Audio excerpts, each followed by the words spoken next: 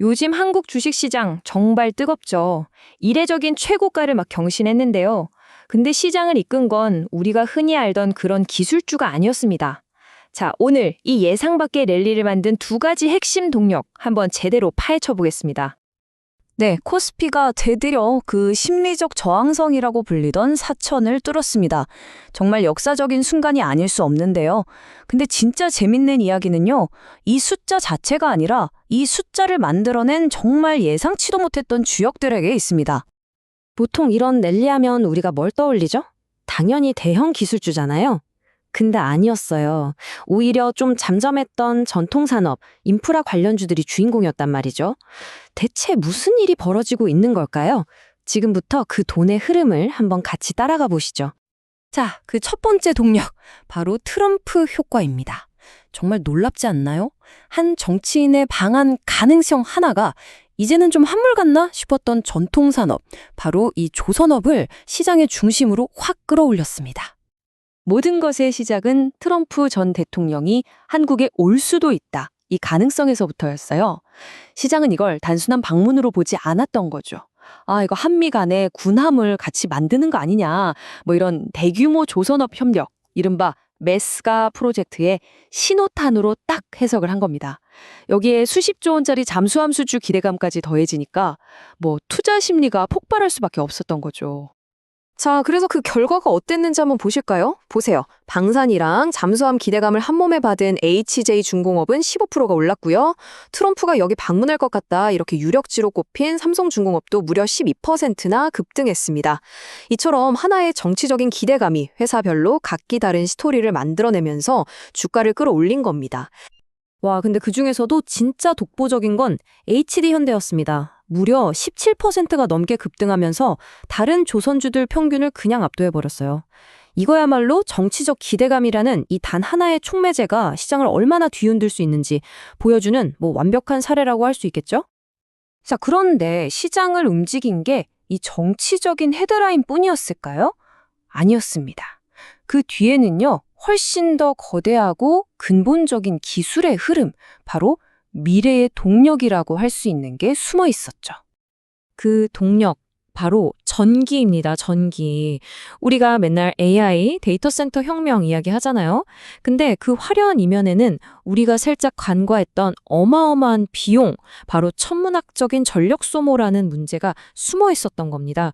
그리고 이게 바로 시장의 두 번째 거대한 테마를 만들어내고 있는 거죠.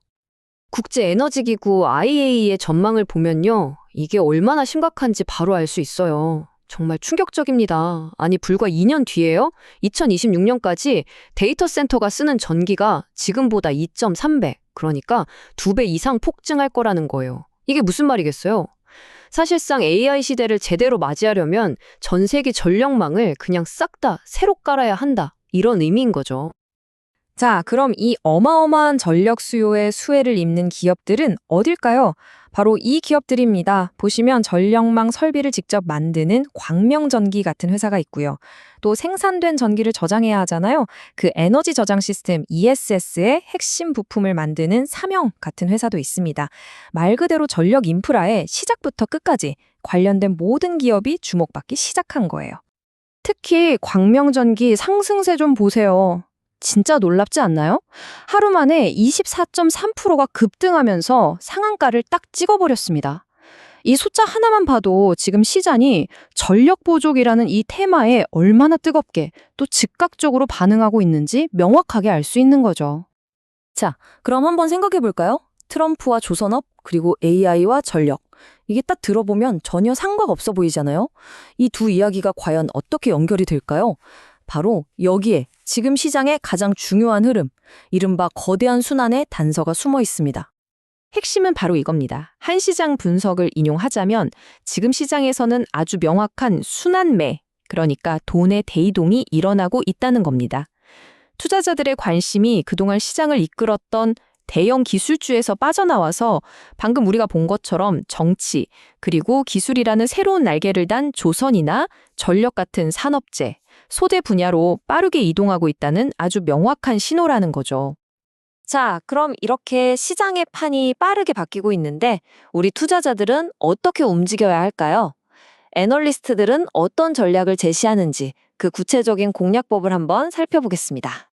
전략은 크게 두 가지로 나뉩니다. 하나는 단기 전략. 지금 이 뜨거운 테마의 열기를 이용하는 거죠. HD현대나 후성처럼 확 오른 종목들이 살짝 조정을 받을 때 이른바 눌림목에서 들어가서 짧게 수익을 내는 트레이딩 전략입니다. 그리고 또 하나는 중장기 전략인데요. 이건 펀더멘털을 보는 거죠. LNG나 스마트 조선, 친환경 소재처럼 앞으로 구조적으로 성장할 수밖에 없는 분야의 좋은 기업들을 골라서 꾸준히 모아가는 방식입니다. 자, 그럼 핵심 종목인 HT현대를 예로 들어서 한번 구체적으로 볼까요? 애널리스트가 제시하는 플레이북은 아주 명확해요. 그냥 막 따라 들어가는 게 아니라 주가가 16만 원대까지 조정을 받을 때 진입해서 20만 원대를 목표로 하는 거죠. 그리고 만약에 15만 원 선이 무너지면 손실을 최소화하면서 빠져나오는 아주 구체적인 계획입니다. 전력 테마주인 후성도 한번 볼까요? 여기도 비슷한 전략이 제시되는데요.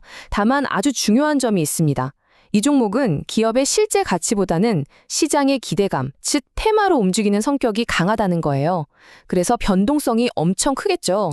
그러니까 투자 비중을 잘 조절하는 등 리스크 관리가 다른 어떤 종목보다도 훨씬 더 중요하다고 강조하고 있습니다. 네, 오늘 우리는 하나의 정치적 헤드라인과 거대한 기술혁명이라는 두 가지 흐름이 한국 시장을 어떻게 뒤흔들고 있는지 생생하게 목격했습니다. 자, 그렇다면 마지막으로 여러분께 한번 여쭤보고 싶습니다. 지금 이 시장에서 더 강력한 힘은 과연 무엇일까요? 정치적 헤드라인일까요? 아니면 거대한 기술혁명일까요? 이 질문에 대한 여러분 각자의 답이 바로 여러분의 다음 투자 방향을 결정하게 될 겁니다.